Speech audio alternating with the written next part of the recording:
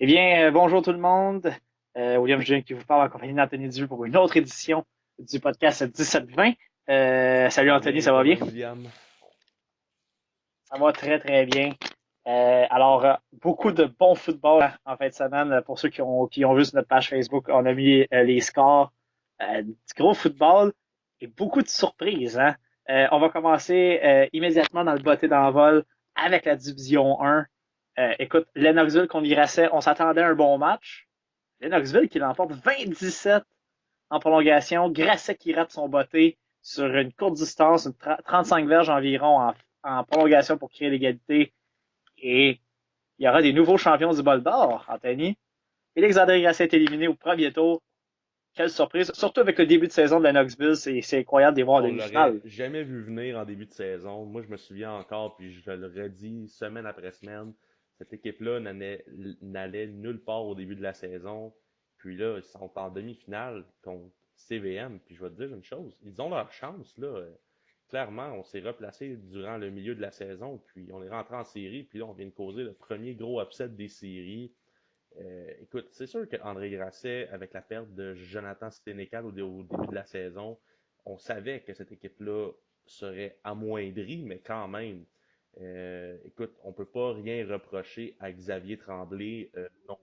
Donc, il y a eu un excellent match. D'ailleurs, 17-25, 303 verges pour une passe de toucher. Donc, rien à se reprocher dans ce Ah non, match-là, lui. absolument pas. Puis on a très bien joué du côté de Grasset. On a bien joué encore aussi du côté des Cougars de Lennox. Puis écoute, ça prend un gagnant. Puis en prolongation, ça fallait d'un bord comme de l'autre. Les Cougars qui s'en vont contre le CVM la semaine prochaine. Et ça va être tout un match. Et on en parlait hors d'onde. Je pense que le gagnant de ce match-là va être le prochain champion du bol d'or, honnêtement. Lennoxville, on l'avait dit, c'est l'équipe qu'on voulait pas, avec la fin de saison qu'ils avaient connue, c'était l'équipe qu'on voulait pas affronter en Division 1 en série dès le premier tour. Et le fait qu'ils aient fini septième sans mot à Grasset, écoute, c'est toute une surprise. Ah oui, vraiment. Et puis, écoute, ta salutation à ton ami Max Dupuis, coordonnateur défensif, première saison cette année, qui a replacé cette défensive-là, hein, qui allait pas bien en Ah début de ben je pense saison. aussi que Max a pris le temps de s'ajuster aussi parce que lui, il arrivait de la France avec les Black Panthers à non les bains. Donc je pense qu'il a pris le temps. Ça a pris peut-être un ou deux matchs pour lui pour se placer. Il y a eu des matchs aussi que ça a été difficile pour l'offensive, mais force est d'admettre que depuis la semaine 5 environ, là, ça va très bien là, pour les Cougars et puis ça regarde bien pour eux pour en série. Puis aussi pour revenir à ce qu'on disait que le match en fin de semaine, c'est parce qu'on va arriver aux autres résultats aussi de la fin de semaine, mais force est d'admettre qu'il y a eu de grosses surprises. Ouais, et donc, juste pour terminer un peu avec peut-être les statistiques de ce match-là, Lucas Bélanger, de l'autre côté, 4 en 7, 40 verges. On a utilisé 4 corps arrière. 4 joueurs ont lancé des passes. Michael Caparelli, 1 en 1. William Legault, 1 en 1. Et Ben McDonald. Donc, on a lancé le ballon 10 fois. Quand même, on a eu des receveurs différents qui ont capté des ballons, mais ça s'est joué surtout au niveau du sol et la défensive avec un score de 27. Les deux défensives ont été très, très, très bonnes. Énorme, énorme victoire des Cougars dans la victoire en défensive. Gros match pour Étienne Amiot avec 9,5 plaqués. Donc, tout un match pour le joueur Puis quand même défensif des à Cougars. mentionner pour les Cougars, on a 60 jeux au sol contre 10 passes tentées. Vraiment, on a contrôlé le match. Écoute, là, on a 4 porteurs avec plus de 10 portées. Écoute, c'est incroyable. Là. On a réussi du côté de l'offensive à coach Jonka à contrôler le jeu, à contrôler le tempo, à contrôler le match. Et ça fait du bien de voir les Cougars capables de remporter en prolongation un match avec 60 jeux au sol. Agressait en plus. Donc, toute une performance pour les Cougars. Dans le deuxième match, la surprise de l'année, les Titans de Limoilou qui avaient terminé au troisième rang de la division 1. Personne vraiment qui les voyait là. Euh, on s'attendait à un gros match contre le CNDF qui a de l'expérience en série. Coach Dion qui en a dirigé. Et le CNDF qui va causer la surprise. Pas un long voyage à faire, disons-le, jusqu'à Limoilou. Mais victoire de 31-26. Mais à un moment donné, dans le match, je pense qu'on perdait par 16-17 points du côté du CNDF. On a explosé en deuxième Écoute, on demi. a remonté. William n'a jamais sous-estimé le CNDF dans des moments critiques.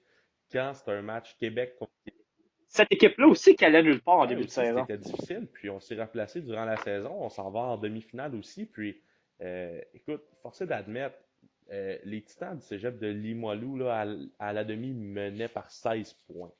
Ok, vraiment, il y a eu des ajustements qui se sont faits du côté du Notre-Dame, du CNDF et des hommes de Marc-André Dion. On est sorti fort en deuxième demi, puis on a réussi, écoute, à mettre des points sur le board.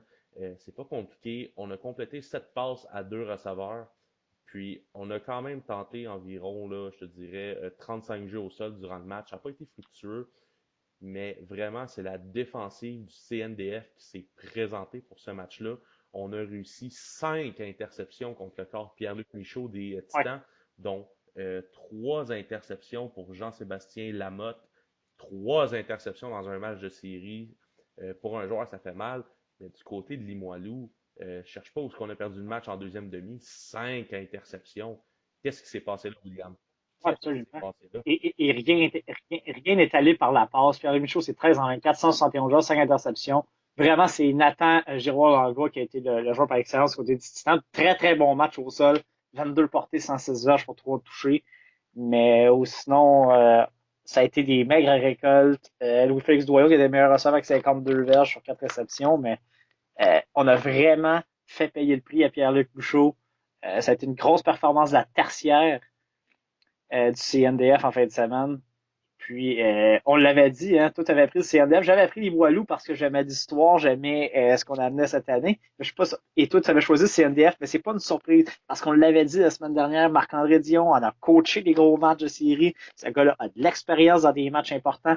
Et le CNDF qui termine septième, sixième, premier, troisième, c'est une équipe que tu peux pas prendre à la légère en séries éliminatoires parce qu'elle peut te faire payer le prix. Elle est allée souvent au bol d'or dans les dernières années. C'est une équipe, je pense, qui, ça doit être, je pense, sans me tromper, là, je veux pas dire n'importe quoi, je pense que c'est au moins la septième, huitième saison de suite qu'on fait des séries en Division 1. Oui, Donc, absolument. Puis justement, c'est beau. c'est un programme qui va bien à chaque année. On a un bon recrutement. Puis, on sait qu'il y a un excellent bassin de joueurs dans la région de Québec qui choisissent le CMDF, des bons joueurs. Donc, c'est toute une performance de la part des coachs de Marc-André, des hommes de Marc-André Dion qui s'en vont en demi-finale la Puis je semaine tiens à prochaine. mentionner, William, on a eu 2 surprises au premier tour, la septième et sixième place qui l'ont remporté, donc aussi la cinquième contre la quatrième. On va y revenir sur notre match. Tu sais que ta division est forte, équilibrée et en santé quand tu es capable d'avoir des upsets au premier tour comme ça. C'est bon pour le football, c'est bon pour les programmes, ça veut dire que tout le monde a des chances. La seule chose qui est un Même chose qui est arrivé l'an dernier lorsque Saint-Jean avait fini sixième et avait été surprendre Vanier au premier tour et avait joué un match quand même assez serré contre Grasset. Donc on voit qu'à chaque année, c'est pas garanti. Tu sais, on dit souvent, on arrive, la deuxième va battre la septième, ça va être facile. Souvent, c'est le match entre la quatrième et la cinquième place qu'on aime le plus. Mais en Division 1 maintenant, et le football, c'est ça la beauté de ce sport-là. En séries éliminatoires, c'est un match. Tu sais, juste pour parler du Super Bowl de 2008, les Patriots qui ont une saison parfaite et se font battre. Un match, c'est un match. Donc, chapeau. Et puis, c'est comme tu dis, la parité de la Division 1 fait que peut avoir des surprises comme ça à chaque année au Oui, premier tour. absolument. Là, William, je vais t'amener dans le troisième et dernier match de Division 1. Ouais, un match qu'on voyait qui avait des allures intéressantes. Absolument. On pensait que ce serait un match très Ouais, serré. victoire facile. Ouais, absolument. Une victoire facile des Cheetahs de Vanier 30-9 contre les élèves de Garneau qui avaient connu des difficultés. On a eu une saison en dentier et là, je pense qu'ils ils ont manqué un peu de jeu en séries éliminatoires. On sait qu'à la fin de la saison, même après un bon début de saison, Garneau a dû puiser dans ses ressources d'énergie parce que là, on commençait à avoir peut-être une place en série qui ne s'en venait pas. On voulait un match à domicile. Je pense qu'on a manqué de jus, honnêtement, du côté de Garneau, mais j'imagine que sans rien enlever à la performance des Chicas qui ont joué tout un match, je pense qu'on a manqué quand même un peu de ressources Oui, du côté des absolument. Cheetahs. Puis même pour donner la preuve que du côté de Garneau, ça a été difficile. Charles Perrault a été remplacé là, par le corps arrière substitut David Bahufit, Donc, tu vois là, que dans les statistiques par la passe du côté de Garneau, ça a été difficile. On a complété 17 passes sur 31 pour 150 verges environ. Les deux ensemble, aucune passe de toucher, une interception pour les deux corps arrière. Puis tu regardes du côté du jeu au sol aussi, ça a été difficile. On a une centaine de verges avec environ 4 porteurs. Donc, vraiment, la défensive de Vanier s'est présentée pour ce match-là. On a fait des gros jeux, des gros plaqués. Je vois aussi là, beaucoup de plaqués pour perdre du côté de la défensive de Vanier. Donc, on a réussi à mettre beaucoup de pression et à maintenir et à contrôler la boîte si on veut. Puis, si je regarde du côté des statistiques de Vanier, le joueur par excellence de ce match-là, c'est le porteur de ballon Duante Morgan avec 24 150 verges. Oui, absolument. Quelle saison il a connu? Oui, absolument. Puis, encore une fois, on parle du corps arrière, la tendresse et Gimbal, 17 en 28, 182 verges, deux passes de toucher. Vraiment, tout fonctionne bien. Il a distribué le ballon à 8 receveurs durant ce match-là. Donc, ça a super bien été du côté de l'offensive et de la défensive de Vanier pour ce match-là. Ça a débloqué au bon moment pour Vanier parce que, hormis en début de saison, le deuxième match de la saison contre les Géants où l'offensive a été exceptionnelle, on voyait quand même des tendances. Il y avait des bons matchs comme des mauvais matchs. Mais là, depuis en fin de saison, grosse victoire contre Limoilou lors du dernier match de la saison. On est en train de saison en série avec du momentum. L'attaque qui était quand même bien équilibrée. Donc, ça, c'est un bon signe. Ça a débloqué quand même au bon moment, je dirais, pour les Ah oui, Cheetahs. absolument. Puis ça fait du bien là, de voir les gars qui sont dominants comme ça. Écoute, là, on s'en va en demi-finale. Je pense que tout est permis pour Vanier pour la demi-finale qui s'en vient. Puis, écoute, c'est un match de série. Ça n'a pas été un très bon match pour Garneau. Ça a été un bon match pour Vanier. On aurait refait ce match-là en fin de semaine. Puis je pense que le résultat aurait pu être du côté inverse. Donc, écoute, ça. Et les deux matchs qui sont samedi à 13h, ce qui est rare au Vieux-Montréal, un match en après-midi. D'ailleurs, habituellement, on voit souvent un match le samedi soir, souvent même 19h30, 20h. Là, c'est un match samedi à 13h. Notre-Dame, le CNDF sera à Vanier également à 13h. Donc, deux matchs dans la région de Montréal pour les Oui. intéressés, surtout sur la rive sud. Vous avez des bons matchs, c'est pas trop loin à aller voir. Donc, allez voir du bon football collégial avant de passer à la division 2. On va y aller avec la liste des joueurs par excellence sont sortis dans la RSEQ cette semaine. On va y aller entre chaque division. On va y aller avec la division 1. Donc, sans surprise, Anthony Arnaud Desjardins, le carrière des Spartiates du Vieux-Montréal, se mérite le titre de joueur par excellence. Voilà. Parce que, comme je disais, sans surprise, domination totale. Son coéquipier Kalenga Moganda est élu recrue par excellence et joueur offensif par excellence. J'en avais parlé de Kalenga Moganda. Je l'avais vu jouer au Bal d'Or ici à Saint-Jean lorsqu'il était avec le séminaire Saint-François au niveau juvénile. Tout un porteur de ballon, honnêtement. Euh, lui, lui, il va avoir toute une carrière. Nicky Alexander Farinaccio du Félix du Collège André Grasset obtient le titre de joueur défensif par excellence. Le joueur de ligne offensive par excellence revient à Samuel Quévillon des Spartiates du Vieux-Montréal. Donc, on voit un bon jeu au sol, bon par la passe. Ça prend toujours une bonne ligne d'attaque pour réussir ça. Donc, Desjardins, MVP, joueur offensif et recrue offensive, Kalenga Moganda et un joueur de ligne des Spartiates du Vieux-Montréal. Sur les unités spéciales, on t'en parlait la semaine passée, celui qui a été le joueur le plus constant chez les Nordiques de Lionel Groux, le botteur Philippe Boyer obtient le titre de joueur par excellence sur les unités spéciales en Division 1. Pas une surprise, mais je pense que ça va être c'est un bombe sur la saison du collège Lionel Groux qui voit un de ses joueurs élus parmi les meilleurs. Jérémy Pouliot des Faucons de Cégep-Lévis-Lauzon remporte le titre d'athlète étudiant pour une deuxième année de suite. Donc, et le titre d'équipe d'entraîneur par excellence est remis au Titan du Cégep de Limoilou. Et ça, je suis très content de voir ça. On sait que c'est une néant. On Ils en l'ont parle mérité cette souvent. année. Ils l'ont mérité. Rotation, rotation, rotation. Et ouais, ils l'ont mérité en finissant au Parce que troisième rang moi, William, dans la je me division. souviens au début de l'année, on plaçait les Titans entre le sixième et huitième rang environ les deux, puis ils ont fini troisième cette année. Ils ont eu une très bonne saison. C'est pleinement mérité. Et même moi, j'avais dit qu'il pourrait finir cinquième et je me trouvais généreux à l'époque. Donc, félicitations au coaching staff de Limoilou. Donc, c'est ce qui fait les joueurs par excellence en Division 1. Alors, on va passer, si tu permets. Donc, ouais, comme je le disais, les deux matchs à 13h. Lennox au vieux de CNDF à Vanier. Donc, on va aller en D2, hein? Ouais, là, il y a eu des surprises, là. Là aussi, il y a eu des surprises. Là aussi, il y a eu des surprises et on peut déjà vous dire qu'on est fiers de s'être Oh oui, trompé. on était contents. Ça fait un petit baume sur notre cœur quand on se trompe sur une certaine Alors, équipe. ouais, alors on va y aller immédiatement avec ce match-là, si tu permets. Édouard Montpetit qui remporte 33-29 à Trois-Rivières, une place où c'est pas facile de gagner. J'ai rencontré le coaching staff d'Édouard Montpetit samedi après-midi avant de partir, puisque je jouais en demi-finale à Jacques Rousseau. Et avant de partir, les gars s'en allaient. J'ai rencontré Kevin Dupuis, également notre ancien. Il nous a dit, ils avaient promis, ils ont dit la semaine prochaine quand tu vas parler dans ton podcast, tu vas être fier de t'être trompé. Et c'est exactement Ce qui est arrivé. ce qui arrive. Grosse victoire des Lynx, honnêtement. Avec la fin de saison qu'ils avaient connue, on se n'attendait pas. Non, vraiment pas. Puis écoute, je m'excuse à tous mes anciens coachs, mes anciens teammates d'avoir pris compte Édouard. Fallait faire un choix, fallait y aller logique.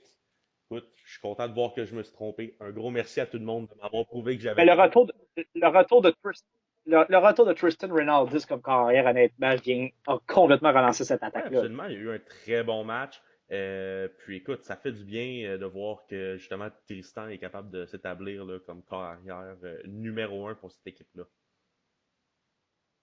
Oui, absolument. On a bien joué au sol également, même si on n'a pas eu beaucoup de portée, on a eu deux touchés au sol, des jeux explosifs. Ronaldus qui a bien fait par la passe, on a été explosé aussi par Ronaldus qui a bien couru avec le ballon, 13 portées pour 99 verges, c'est Ouais, excellent. puis une chance qu'il Donc a attaque quand même une chance qu'il a couru avec le ballon parce que Marc-Antoine Renaud, ça a été difficile pour lui, 15 courses, 53 verges. On a réussi à bien passer le ballon, mais faut qu'on mentionne aussi que la défensive a eu un très bon match là, du côté des Lynx de Édouard Montpetit. Puis ouais. si on regarde les statistiques du côté des Diablos de Trois-Rivières, euh, Charles Cossette a quand même rien à se reprocher dans ce 26 match-là. en 35, 340 verges, pas de passe de toucher, pas d'interception. Il a fait sa partie, là. Écoute, lui, il a fait qu'est-ce qu'il avait à faire. Il y a deux receveurs avec plus de 100 verges, donc la tertiaire à Edouard a eu plus de difficultés. Mais, tu sais, c'est comme une expression bend, don't break. Mais écoute, on a plié, mais on n'a jamais cassé du côté de la défensive de Edouard Montpetit.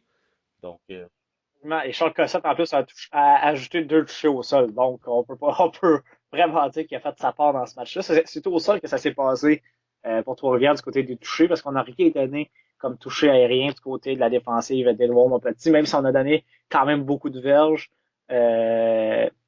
par la course. C'est là qu'on a donné nos touchés. Donc, ouais, absolument. bon travail dans les circonstances de défensive Ouais, puis des juste pour Lynx. mentionner, un excellent travail encore une fois en défensive du côté des Diablos de Félix Simono avec 9,5 plaqués. Du côté des Ouais. Lynx, Emeric Tortucci Beilia avec 8,5 plaqués aussi.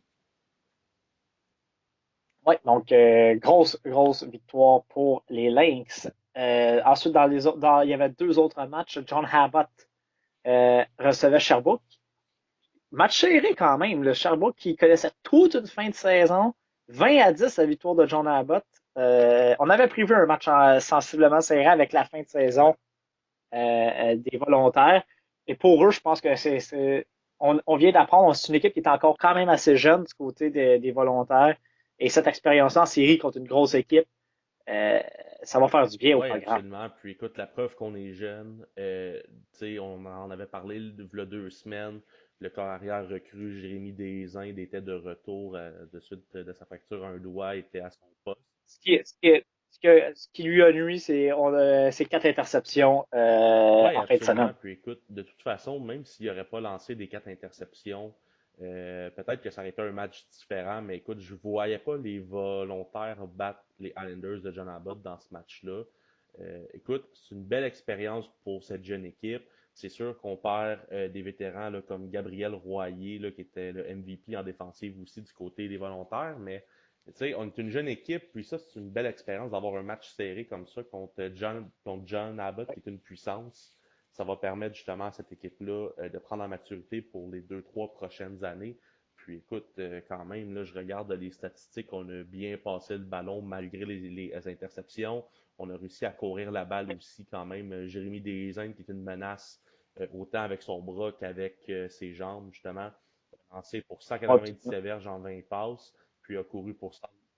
a même fait porter le ballon à Gabriel Royer, 2 portées, aucune verge, mais il a porté le ballon. On a essayé des choses du côté des Ouais, puis on a volontaires. réussi un beau jeu truqué où ce que le receveur Léo Roy a réussi une passe de toucher de 35 verges là, sur un jeu truqué. Donc c'est toujours intéressant là, de voir des choses comme ça. Puis Et en plus, la défensive a même pas donné de toucher à Elijah Williams malgré ses 155 non, c'est verges. ça, mais écoute, Ça, c'est une bonne nouvelle. Tu donnes pas de toucher à Elijah ben écoute, Williams. c'est quand même impressionnant parce que Tu- Elijah Williams a 27 courses puis il a juste 155 verges, une moyenne de 5,7. Ouais. On n'est pas habitué à ça, là. Donc la défensive a fait un travail colossal durant ce match-là pour limiter John Abbott à seulement 20 points.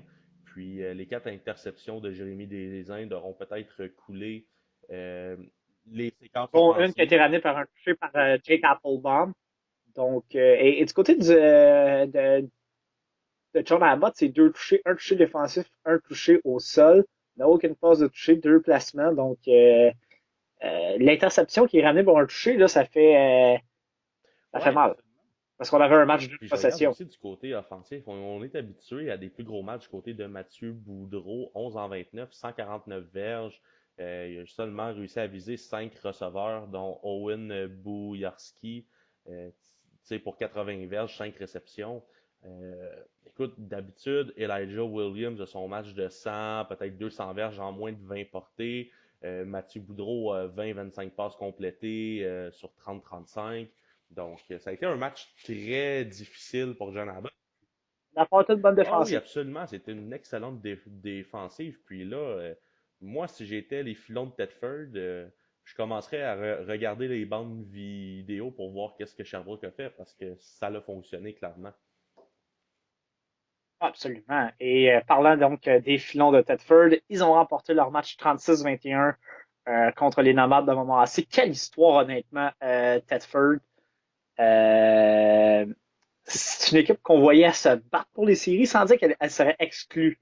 On les voyait se battre. Jamais, au grand jamais, on pensait qu'ils termineraient avec un match éliminatoire à domicile au premier tour. Et là, c'est toute une victoire, 36-21 contre les Nomades. Écoute, Thetford, là, qui était à une victoire de jouer le bol d'or chez eux contre toute attente. Ouais, absolument, c'est assez incroyable. Faut quand même qu'on mentionne encore une fois, si on veut savoir qu'est-ce qui s'est passé durant ce match-là, c'est pas compliqué. William Hamel Renault, le corps arrière des Nomades, écoute, 16 en 47. 16 en 47 Écoute, seulement. t'étais à Déjà là, c'est 35% à peu près de pourcentage de passes complétées, 155 verges, une passe de toucher, 4 interceptions. Cherche pas de midi à 14 heures où que ça s'est joué. Les nomades en offensive ont commis trop de revirements durant ce match-là. Puis malgré tout, aucune statistique impressionnante. On a porté le ballon 14 fois avec Jeffrey Amidial du Châtelier pour 14 verges. Écoute, 14 courses, 14 verges. C'est pas un très bon match là, du côté de la boîte offensive des nomades. Du côté des receveurs de passes, il y a 2 receveurs qui ont capté 5 passes, dont le joueur sur l'équipe d'étoiles, Alexandre Dudley-Jones. Oui, c'est ça.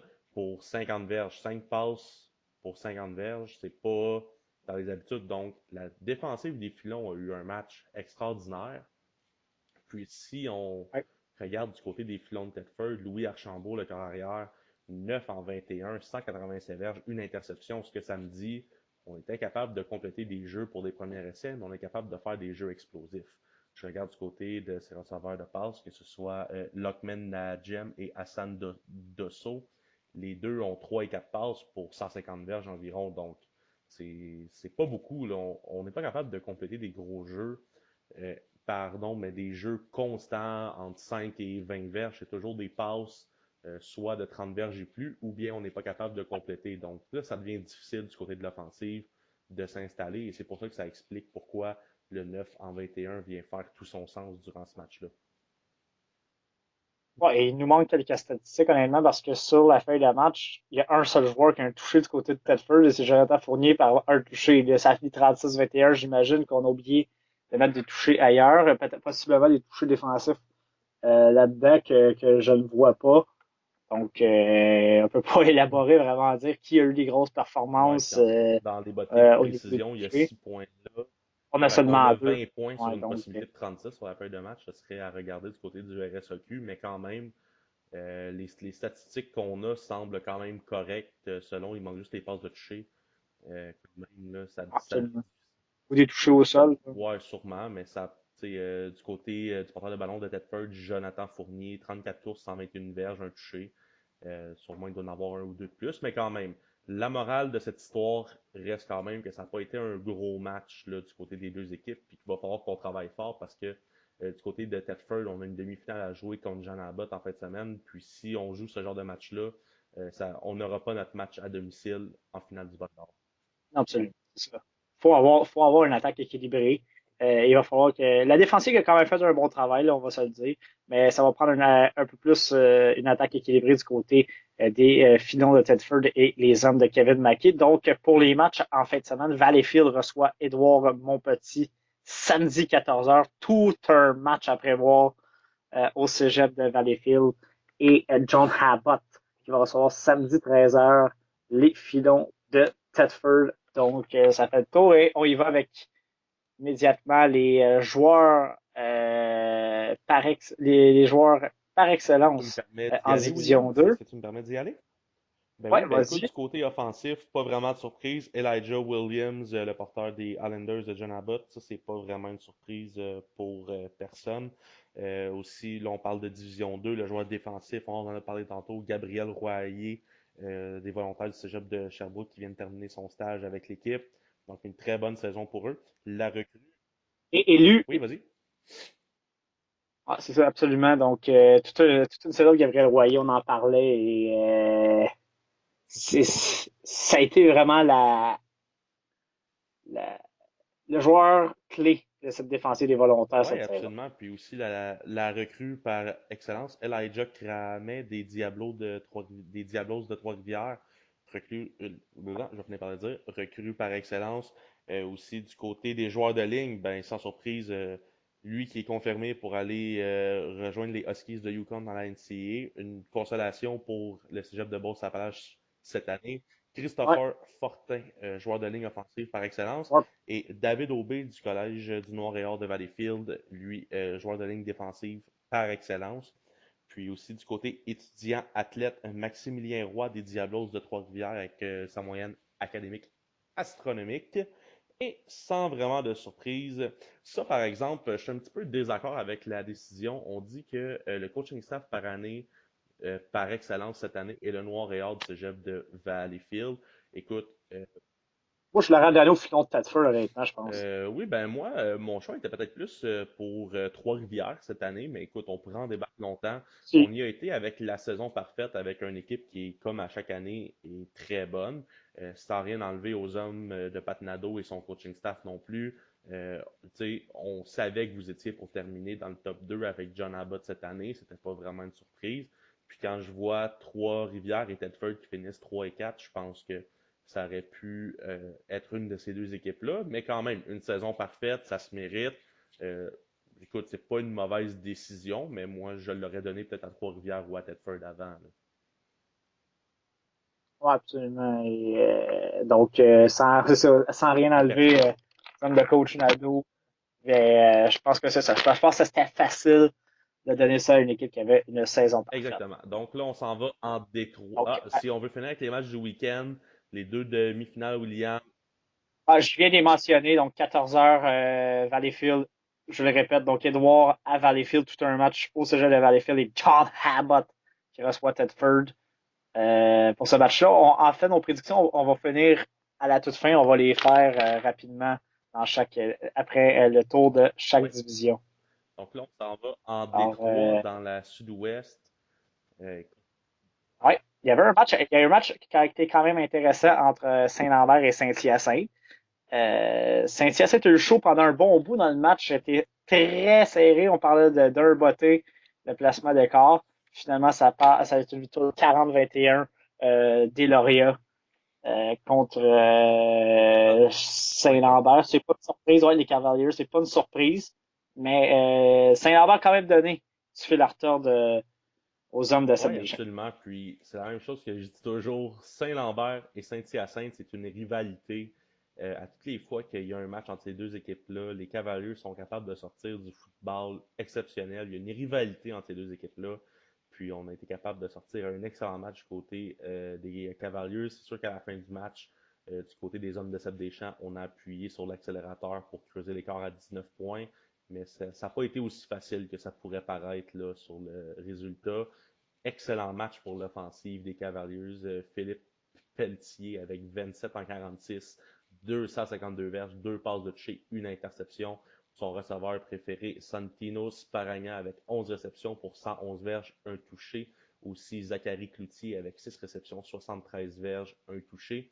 Du côté du jeu au sol, ben écoute, ça a été inexistant. 7 portées durant le match du côté des Cavaliers pour un Ouais, total de un gros 8 verges à 3 porteurs. ouais, écoute, c'est, tu dis inexistant complètement. De l'autre côté, Vincent Boyer, bon match, 18 en temps de la carrière, 173 heures, j'ai une passe de toucher. On a bien distribué le ballon à plusieurs joueurs. Au sol, on est allé avec 4 joueurs. On a quand même pas énormément de portée. Oui, on en a 12 ici pour Adrien Gay. Ça est quand même assez équilibré. On a bien distribué le ballon à plusieurs joueurs. Je pense que c'est une des forces de l'attaque des Lauréats du Cégep de Saint-Hyacinthe. Et puis, en défensive, tout le monde a contribué.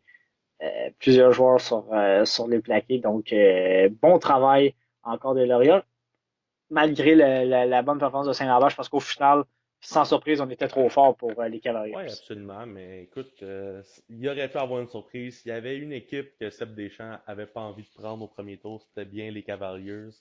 Même si on sait que Saint-Hyacinthe a une équipe plus de profondeur, meilleure équipe, meilleur système. Écoute, je peux pas dire. Écoute, moi, on y avait été pour Saint-Hyacinthe, mais je l'avais dit la semaine dernière. Les Cavaliers sortent des matchs contre les lauréats. C'est un peu comme une kryptonite, mais là, cette fois-là, c'est les lauréats qui s'en sortent. Donc, excellent match de football de ce côté-là. Euh, Ouais, et un autre match, quand même assez surpris que ça se termine par 18 points d'écart. On sait qu'il emporte 28-10 contre la Nodière. On a complètement neutralisé l'attaque des Triades qui allait très très bien depuis le début de la saison. Charles Picard a quand même lancé pour 260 verges, aucune passe de toucher, il a lancé 3 interceptions. Donc on avait fait nos devoirs du côté des Indiens, qui est une excellente oui, défensive. exactement. Puis, Hubert Perruche-Charret, le demi-défensif du côté des Indiens de Huntsic, a retourné une interception pour un toucher. Donc, c'est qu'est-ce qui a fait mal durant la deuxième demi aussi. Puis, je regarde du côté des statistiques des deux équipes. Écoute, du côté des triades, on a essayé 37 passes, on y a été avec environ une vingtaine de courses. Écoute, on n'a même pas au niveau du sol, on n'a même pas 50 verges. Puis du côté des passes, on a 260 verges. Puis la tertiaire de Huntsic a été dominante durant ce match-là. Je vois beaucoup. Ouais, absolument, Donc, je absolument. vois des passes Un rabattées. toucher défensif, en plus, du côté de la tertiaire des Indiens. Donc, Hubert Pérus-Charret. Donc, toute une performance, comme tu Ouais. le disais, de la défensive d'Antic qui, à chaque année, est Ouais, très solide. absolument. Puis ils sont difficiles à jouer avec leur front McGill, je le répète. Encore une Ouais, performance de Maxime Boyer, le joueur, le linebacker de Huntsic qui est redoutable, tout un joueur. Puis écoute, puis je regarde aussi du côté de la défensive des triades. On a eu de la difficulté à faire des plaqués. Je vois personne avec plus que 3,5 plaqués. Je ne sais pas si c'est la feuille de match du RSOQ, mais écoute, quand même, là, si c'est vraiment exact comme feuille de statistique en ce moment, écoute, vraiment, la défensive en a eu plein les bras là, du côté des triades durant ce match-là. ouais, ouais, absolument. Et on avait battu Saint-Hyacinthe aux dernières semaines de la saison, parce qu'on a laissé toute notre énergie là du côté des triades. Je pense que oui, un peu, mais également affronter une défensive comme Hansik et son front McGill. C'est pas toujours facile euh, et s'adapter, donc sans surprise à Hansik qui n'emporte pas. Est-ce que tu avais pris la Nodière pour ce match-là? Je crois que oui, si je me souviens bien. Moi, je déteste les Indiens de Huntsic, pas parce que j'aime pas personne en particulier dans ce club-là, c'est parce qu'ils m'ont tellement donné de C'est toute travail, la ils m'ont tellement Saint-Hyacinthe. donné de travail avec le front McGill et des casse-têtes là que, écoute, là, j'ai une petite dent encore là pour les heures de tape que j'ai faites sur le huddle et tout. Ouais, donc, et juste avant de passer au match demi-finale en Division 3, section Sud-Ouest, titre de recrue par excellence qui a été donné à Rock Andy Joseph des Indiens du collège à Antic. Pas de surprise, il a connu toute une saison du côté des Indiens. Andrew Lore également des Indiens a obtenu le titre de joueur de ligne offensive par excellence. Amani David Caboué des Lauréats du Cégep de Saint-Hyacinthe et le joueur offensif par excellence de la saison, Simon Coutu. Des triades de la Nodière, justement, obtient le titre de joueur défensif par excellence de la saison. Tristan Gauthier Norris et Alessandro D'Aquila des Cavaliers du Collège de Champlain à Saint-Lambert sont respectivement élus joueurs de ligne défensive par excellence et étudiants athlètes par excellence. On sait qu'à Saint-Lambert, c'est très, très, très important pour eux.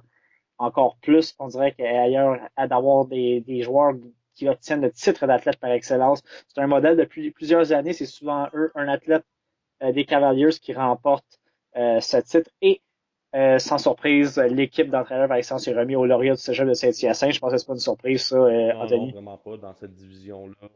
Ça ne tiendra pas non plus. Puis écoute, moi je me disais, écoute, je, je ferai mon commentaire pour la Nord-Est par après, mais c'est mérité pour Seb Deschamps.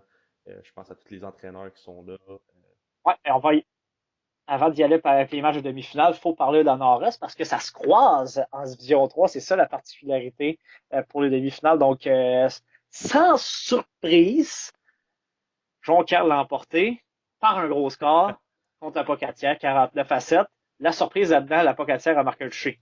Ben, écoute, surprise, pas surprise, écoute, ils sont capables de faire des points contre Jonquière. C'est pas une équipe non plus qui est invincible. Ouais, mais il y a rien de surprenant dans le Non, non, score, là. vraiment pas. Écoute, on va faire ça vite pour ce match-là. Écoute, les statistiques offensives, Frédéric Clemens, le carrière, 12 en 17, 226 verges, 2 passes de toucher.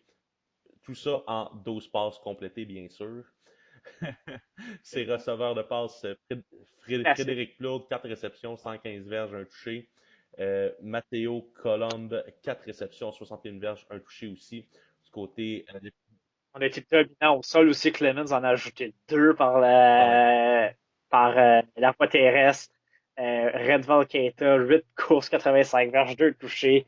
Glody Moussa à la fou, 14 courses, 123 verges, un touché. Donc, domination totale. On va le dire, ils ont pilé sa défensive de la absolument. Pocatière. Puis regarde dans la statistique défensive du côté des Gaillards de Jonquière. Regarde les plaqués pour perdre. J'en compte un, 4, 5, 6, 7, 8. 8 plaqués pour perdre dans le même Ouais, match. Écoute, on a euh, trois 3 interceptions. interceptions. J'en vois seulement 2 ici dans la feuille de match. Encore une fois, le RSEQ qui est toujours aussi précis dans ses feuilles de match. Une chance qu'on paye ça avec nos infos. Et non. Je vois les trois, moi. Moi, je vois. Amy Pelletier, William Saint-Pierre et Derek Martel. Ah oui, exactement. Bon, ben d'abord, c'est mes yeux qui sont mal payés par les impôts. Euh, Puis, du côté des corps arrière, du côté de l'apocatière, écoute, on a utilisé deux corps arrière, soit Samuel Blanchet et Philippe Lauzon-Gingras. Ça n'a pas changé grand-chose. On a réussi à compléter, là, je te dirais, environ une dizaine de passes là, avec un troisième corps arrière qui est William Dion. Écoute, on a complété grosso modo sur 75 verges par la passe, puis au sol, environ, je te dirais, 75 verges, 80 verges aussi. Donc, pas vraiment de surprise là-dessus. Domination, là, vraiment. Ce qui fait mal à la Pocatière, c'est d'avoir perdu le match contre Chicoutimi, qui leur aurait permis d'éviter Jonquière et de jouer Victoriaville, qui était une équipe plus à leur portée. Donc ça a fait très mal. Et je pense qu'on se l'attendait. Je pense quand même que le coaching staff de la Pocatière se l'attendait dans leur tête. Mais c'est quand même pour eux une belle Ouais, saison. puis je tiens juste à mentionner, Euh, là, avant qu'on passe à un autre match là, en défensive, Antoine de Lille, justement, des Gaulois de la Pocatière, 9,5 plaqués, 2 plaqués pour perdre. Donc, au moins une belle performance pour lui là, dans ce match-là. Et dans l'autre match, belle surprise quand même, parce que les Vulcains avaient toute une saison. Notre ami Nick Menacci et les Cougars de Chicoutimi qui vont chercher une grosse victoire. Eux aussi perdaient à la demi, je crois, dans ce match-là, et l'emportent 18-12 contre Victoriaville. Grosse victoire sur la route, là, Chicoutimi, Victoriaville quand même. On a voyagé, c'était un match qui était disputé à 13 heures. Alors, quelle grosse victoire. Pas un gros match offensif des deux côtés. On en a fait assez. Quand même que quoi que Mathieu Forget du côté de Victoriaville, 20 en 39, 303 verges, un passe de toucher, une interception. Mais on a neutralisé le jeu au sol. On a presque pas couru du côté de Victoriaville. Et de toute façon, même quand on courait, c'était presque négatif tout Ouais, le non, temps. ça, écoute, je pense qu'on est à moins 4 verges au total au sol pour les Vulcains durant ce match-là. Alors que de l'autre côté, chez Chicoutimi, ça a été leur pain et leur beurre. On a donné le ballon 41 fois à Yanis Bakanti-Paulin pour 261 verges et deux touchés. Donc, euh, la passe a marché de l'autre côté, la course de l'autre côté. Et finalement, c'est les joueurs de ligne offensive des Cougars qui ont fait la différence, Anthony, tu t'en allais dire. 41 portées dans un match. Écoute, je pense que même le Père Noël est plus brûlé que ça après avoir fini de faire la run pour les cadeaux pour les enfants dans le monde. Écoute, 41 portées dans un match. Lui, il a dormi avec un biberon après la game, c'est sûr. Écoute, écoute, on n'a pas peur de donner le ballon 41 fois, c'est bon signe. Du côté du jeu par la passe. Et ça, c'est 41 fois juste à lui. On a la façon de distribuer le ballon quand même à 1, 2, 3, 4, 5 Ouais, joueurs différents 52 pour courses. 2 Alors, c'est toute une performance au sol. On a passé le ballon 16 fois. Ouais. Olivier Arsenault est 10 en 16, 105 verges pour l'interception. Donc, comme je le disais, le pain et le beurre de cette victoire des Cougars, c'est pas mal le jeu au sol et c'est pas mal Yanis Ah Bakanti oui, Paulin. vraiment, c'est le joueur par excellence, là, selon moi, dans la division 3 dans les deux sections. Tout un match pour lui. Puis je regarde du côté de la défensive des Vulcains de Victoriaville. Cédric Diry et Émile Laplante ont respectivement 12 et 10 plaqués. Cédric Diry a un sac du corps, deux plaqués pour perte, tandis que Émile Laplante a 10 plaqués, une passe rabattue.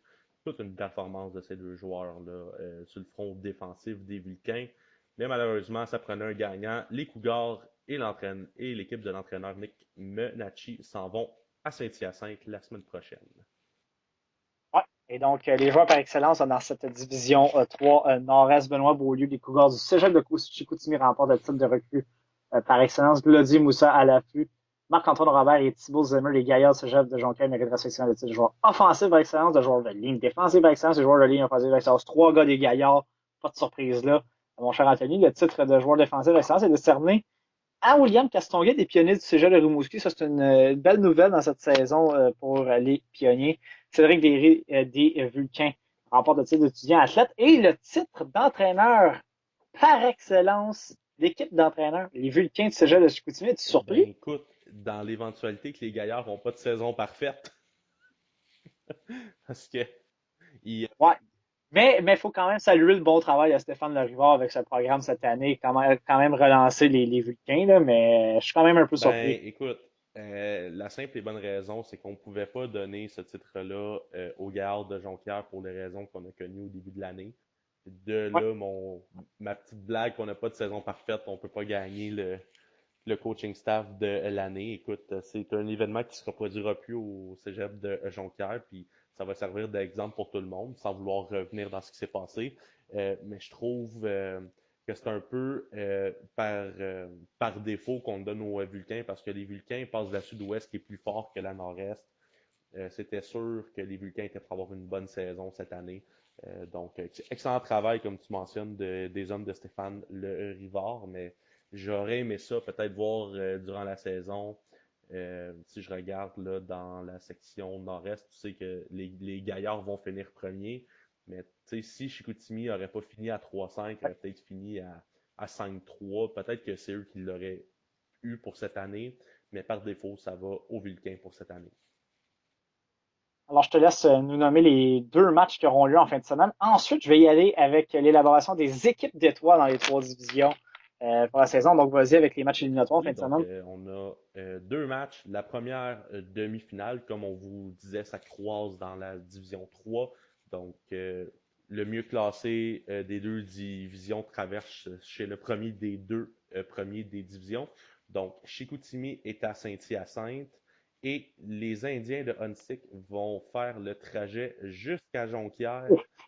Écoute, ça va être donc les deux matchs sont présentés samedi. Le match à Saint-Hyacinthe est à 19h et celui à Jonquière à 13h.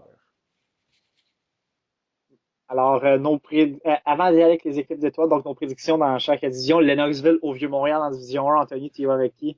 Moi, je vais avec le Vieux. Moi, j'y vais avec le Vieux quand même. Je pense que c'est toute une saison pour eux. Je pense que c'est leur année. Ont quand même réussi à surpasser Grasset qu'on attendait très haut, même si Lennoxville a causé la grosse surprise. Je pense qu'avec une semaine de préparation, je pense que le coaching staff du Vieux était sur place pour voir ce match-là. On a des vidéos. Moi, je vais avec les Spartiates. Ah, écoute, j'ai pas le choix d'y aller avec les Spartiates non plus. Ça me fend le cœur parce que les Cougars sont tellement une belle histoire cette année, mais je vois pas comment la Oui, défensive des Cougars va arrêter Arnaud Desjardins et son offense. et Kalenga Ah, Muganda. absolument. Écoute. Puis Malik Maïga aussi, le receveur. Écoute, si Ah la ouais, mais là, défensive des Cougars est capable de stopper ces trois joueurs-là, c'est-à-dire de stopper les deux aspects aériens et au sol, on va gagner ce match-là, mais ça semble mission ouais. impossible. J'y vais avec les Spartiates aussi. Et le CNDF à Moi, Vanier. j'y vais avec Vanier pour ce match-là. J'ai toujours dit, Vanier est une équipe que j'adore, que j'aime. Deux de nos anciens sont là. Ça va être un Ouais. match très serré. J'espère que les Cheetahs vont réussir à se glisser jusqu'au bol d'or. Écoute, je souhaite une victoire des Cheetahs, mais moi, honnêtement, j'aime tellement la façon dont le CNDF a fini. Est entré avec du momentum. On a battu Vanier en saison régulière à Vanier. Moi, j'y vais avec les hommes de Marc-André. On aura un bol d'or entre le CNDF et le Vieux-Montréal. Alors, on fait différent aussi, mais je crois aux hommes de Marc-André. Je le répète, c'est un entraîneur que j'apprécie et qui fait du bon travail. Division 2 maintenant, Edouard à Valleyfield. Ah, mon Dieu, est-ce que je peux prendre pour les deux équipes ou faut vraiment que j'en prenne une? Non, malheureusement, il y a un seul gagnant. Ah, écoute, je vais y aller avec le Noir et Or de Valleyfield, saison parfaite. Même si je crois pas à la saison parfaite, écoute, c'est l'équipe la plus constante cette année. Edouard a démontré tellement de choses inconstantes cette année. Je m'excuse encore une fois auprès d'Edouard, mais je pense pas que c'est l'année du bol d'or à Edouard. Ouais, là, écoute, ça me fait le cœur. J'espère encore me tromper. J'espère encore se tromper. Vous allez la semaine prochaine dire, hey, Edouard, mon petit, rendu au bol d'or, malgré une fin de saison atroce. Je vais avec le Noir et Or, je pense, à cette équipe-là. Et même si Edouard, mon petit, avait quand même joué un bon match contre le Noir et Or en saison régulière, je vais y aller avec les hommes de coach Nadeau pour une place. Je pense qu'ils sont trop forts, Ouais, absolument. malheureusement. Et dans l'autre match, Thetford à John Abbott. Écoute, écoute, j'ai envie de dire les filons. Ah oui, t'es un gars comme ça, toi. J'ai envie, pour l'histoire, et qu'ils jouent un match.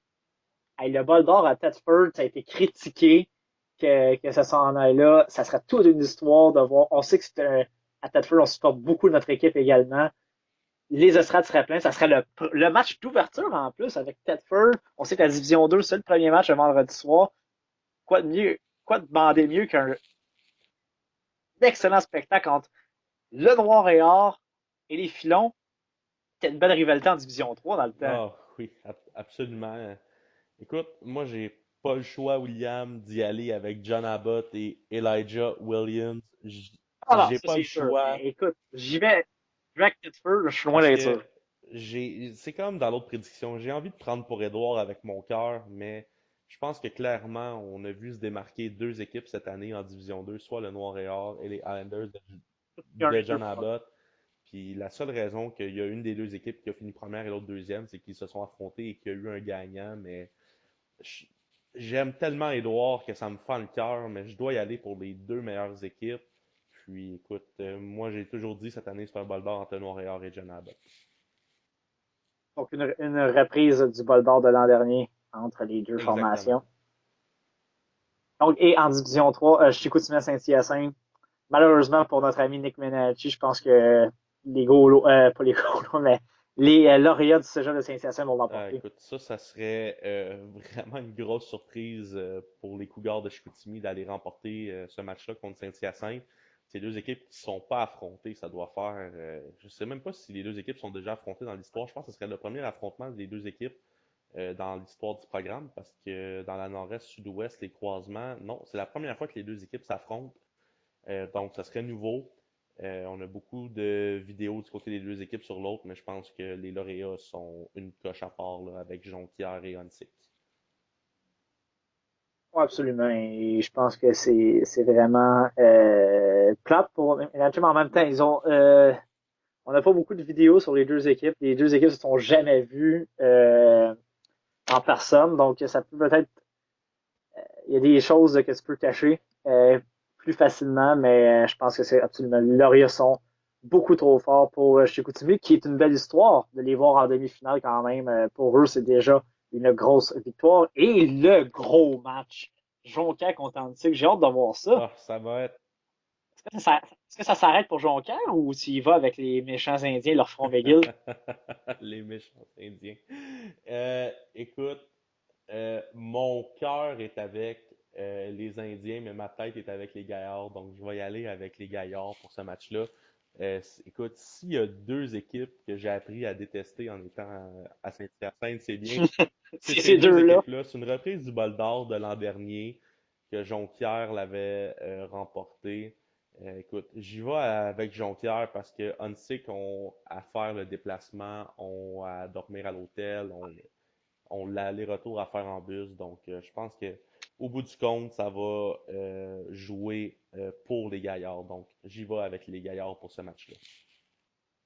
Ah, moi aussi, mais je pense que ça va être un match très serré à cause de la défensive des Danzig qui va, je pense, sortir son épingle du Ah, jeu ça va être la là-dedans. première fois cette année Donc, où ce que les Gaillards vont l'emporter par moins de 10 points.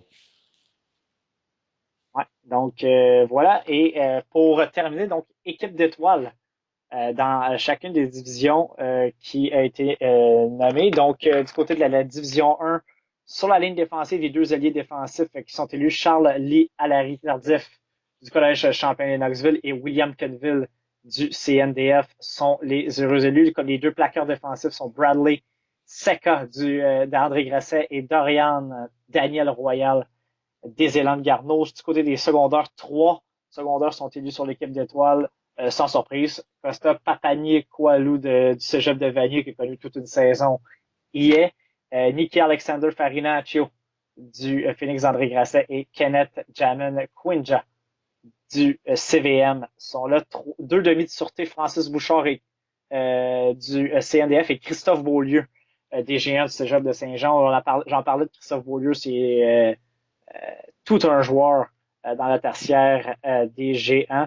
Du côté des demi de coin, Nicolas Lessard et Ben Labrosse, probablement les deux meilleurs demi de coin de la ligue, sont élus sur l'équipe d'étoiles. Donc, Nicolas Lessard des géants et Benjamin Labrosse des Cheetahs. Maraudeur, Édouard Doyon de Limoilou. Un autre demi de sûreté a été élu comme 13e joueur, Vincent Delille de Champlain-Lennoxville et 13e joueur défensif élu aussi chez les secondaires, Antoine Pomerleau de Limoilou. Du côté de l'offensive, le centre qui se voit attribuer l'équipe d'étoiles, Vérenne ce janvier, des Spartiates du Vieux-Montréal. Les deux gardes sont Alexandre Levac des Géants et Samuel Quévillon, évidemment, du Vieux-Montréal, joueur par excellence sur la ligne offensive. Je pense que tu dois être sur l'équipe d'étoiles quand tu étais élu joueur. Ça pourrait faire du sens. Ça pourrait faire du sens. Oh, ça fait beaucoup de sens. C'est les deux bloqueurs, Jean-Christophe Vibert des Géants du Cégep de Saint-Jean et Alassane Diouf des Cougars de Champagne et Knoxville. Chez les alliés rapprochés, Yuri Gauthier du CVM, des receveurs de passe, William Marchand-Guillaume Ranger du Phoenix d'André Grasset, pas de surprise là. Malik Mega du Vieux-Montréal non plus. Et Nick Sénacle également des Cheetahs de Vanier sont élus. Les deux porteurs de ballon, Kalenga Moganda et Anthony Renault, respectivement du CVM et de André Grasset. Pour le moment, les deux meilleurs. Le corps arrière, sans surprise, Arnaud Desjardins. 14e joueur offensif élu, Édouard Arsenault, le receveur des Géants de Saint-Jean. Le receveur le plus constant, je dirais, dans les 3 dernières années du côté des Géants. Et du côté du batteur sur les unités spéciales, tant dégagement que précision, Philippe Boyer du collège Lionel Groux sont élus. Il y a également quelques titres sur les unités spéciales spécialistes des retours, c'est Guillaume Ranger d'André Grasset. Les joueurs par excellence, on vous les a nommés tantôt. Du côté des mérites académiques, faut le mentionner parce que c'est important. On parle oui de football, mais c'est également très important de voir nos étudiants athlètes. Donc, Zachary Moore de Garneau, Gabriel Courtois d'André Grasset, Anthony Horde de Lionel Groux, Étienne Cloutier de Limoilou, Simon Robillard du Cégep de Saint-Jean, Grégoire Couture du Vieux, Léo Dubois-Boulanger de Champlain et Knoxville, Alan Sylvia Brutana de Vanier et Raphaël Latulippe du CNDF. On sait qu'il y a un joueur par équipe qui est élu. Donc, ce sont les étudiants athlètes, le mérite académique, donc la saison sur l'équipe d'étoiles. Éthique sportive, Cégep de Limoilou, l'équipe d'entraîneurs, on vous l'a nommé tantôt. Les statisticiens par excellence, les géants de Saint-Jean qui obtiennent la palme. Hmm, intéressant, intéressant. Est-ce qu'il y là, je t'ai écouté tout mentionner les joueurs. Est-ce qu'il y a des joueurs du cégep de Lévis-Lauzon sur l'équipe d'étoiles? Non, je n'ai pas vu de joueurs de Lévis-Lauzon sur l'équipe Hmm. d'étoiles cette année, malheureusement. Malgré la grosse offensive, Ouais, on n'a pas réussi. très C'est quand surpris. même bizarre. Habituellement, on On n'a pas s'assure réussi. toujours d'avoir un représentant comme Ouais, les Nordiques qui ont le batteur, là. Donc c'est quand même surprenant. Bon. absolument. Parce que vraiment, il n'y a pas peut-être pas un joueur qui est vraiment sorti du lot contrairement aux autres. C'est peut-être la seule raison. En Division 2, sur la ligne défensive, les quatre joueurs élus sont Riley Hildebrand de John Abbott, Gabriel Maisonneuve du Cégep de l'Outaouais, Christopher Fontenard du Cégep de Thetford et David Aubé, évidemment, du Cégep de Valleyfield, joueur par excellence sur la ligne défensive. Gabriel Royer, du côté des secondaires, du Cégep de Sherbrooke, sans surprise, sur l'équipe d'étoiles. Gabriel Lessard d'Édouard Montpetit et le coéquipier de Royer qui a également connu toute une saison, Anthony Thomas Poirier-Stebbin, des volontaires, est élu sur l'équipe d'étoiles. Du côté des ennemis défensifs, on a Hotman Brown de Montmorency, Jérémy Reinhardt d'Édouard Montpetit, Ashton Miller Melançon de John Abbott, Clément Chevalier de Thetford, la recrue par excellence, Elijah Cranet du Cégep de Trois-Rivières, du côté du 13e joueur défensif élu, c'est de secondaire, Samuel Leduc du Cégep de Valleyfield. Sur la ligne offensive, Dominique Piazza du collège John Abbott, Vincent Hébert et Jérémy Lebel de Valleyfield sont élus sur l'équipe d'étoiles. Deux représentants des Condors de Beauce sont élus. Donc ça, pour ton ami, ton ancien coach Marc Loranger, c'est une bonne nouvelle quand même. Christopher Fortin t'en parlait tantôt, qui s'en va. C'est où aux À États-Unis? Yukon avec les Huskies. Il Connecticut, ouais, absolument. Même équipe que Jonathan Sénécal d'ailleurs, de l'autre côté de la frontière. Et Samuel Fauché également sont élus sur l'équipe d'étoiles. Du côté des receveurs, Rabi Bozi-Tampen de Valleyfield, sans surprise. Simon Riopel, cégep de l'Outaouais. Enfin, joueur de l'Outaouais, on sait que ce duo-là a été exceptionnel cette saison. Il n'y a pas de surprise de voir Simon Riopel sur l'équipe d'étoiles. Owen Bridjarski de John Abbott et Alexandre Jones Dudley de Montmorency. Du côté des porteurs de ballon, tu ne seras pas surpris d'apprendre que Elijah Williams a été élu sur l'équipe Je l'ai pas vu d'étoiles venir. Je l'ai de pas John vu venir. Abbott. On ne l'a pas vu venir. Et Michael Morin également du cégep de Trois-Rivières et Diablos. Chez les corps arrière, le corps arrière de l'Outaouais n'y est pas. Je suis un peu surpris. Mathieu Boudreau de John Abbott et Gabriel Cyr d'Endurant de Valleyfield sont les élus. Du côté des batteurs, du côté des batteurs de précision, c'est Troy Lanvey de John Abbott qui gagne la palme et Emmanuel Pierre Aviga pour les dégagements des Diablos. Un peu surpris de ne pas voir son nom m'échappe, mais le corps arrière Des Griffons. des Oui. Griffons d'Ottawa de l'équipe Ouais, d'étoiles. c'est assez surprenant. On sait qu'il avait fait une excellente saison. Il y a eu un très bon duo cette année, justement, avec Riopel. Écoute, Même, même Charles Cossette, honnêtement, de Trois-Rivières, très surpris qu'il soit pas là, parce que lui, il a eu toute une saison. On avait même parlé comme joueur par excellence la semaine dernière. ouais, non, c'est ça. Donc, Xavier Gervais, le corps arrière des Griffons de l'Outaouais, a terminé Ouais, absolument. deuxième derrière Charles Cossette au niveau des verges totales. Je pense que qu'est-ce qu'il a joué contre lui, c'est qu'il est seulement le quatrième au niveau des passes de toucher et c'est lui qui a le plus d'interceptions dans les corps arrière cette année. Donc ça, je pense que c'est quelque chose qui a joué contre lui. Mais écoute, on est allé avec Mathieu Boudreau et Gabriel Cyr d'Endurant, puis que Charles Cossette n'ait pas été là cette année, là, Ouais. clairement, je ne sais pas c'est quoi les critères, mais à Valleyfield, Gabriel Cyr d'Endurant a clairement pas été un facteur comme Charles Cossette ou Xavier Gervais a été, mais bon, écoute, c'est pas notre décision, mais c'est quand même assez surprenant de ce côté-là, là. Et du côté donc des mérites académiques pour chaque équipe, Shaheen Naderi du collège donc de John Abbott des Highlanders et Simon Riopel également, en plus d'être sur l'équipe d'étoiles, obtient le mérite académique pour le Cégep de l'Outaouais, donc bon étudiant athlète.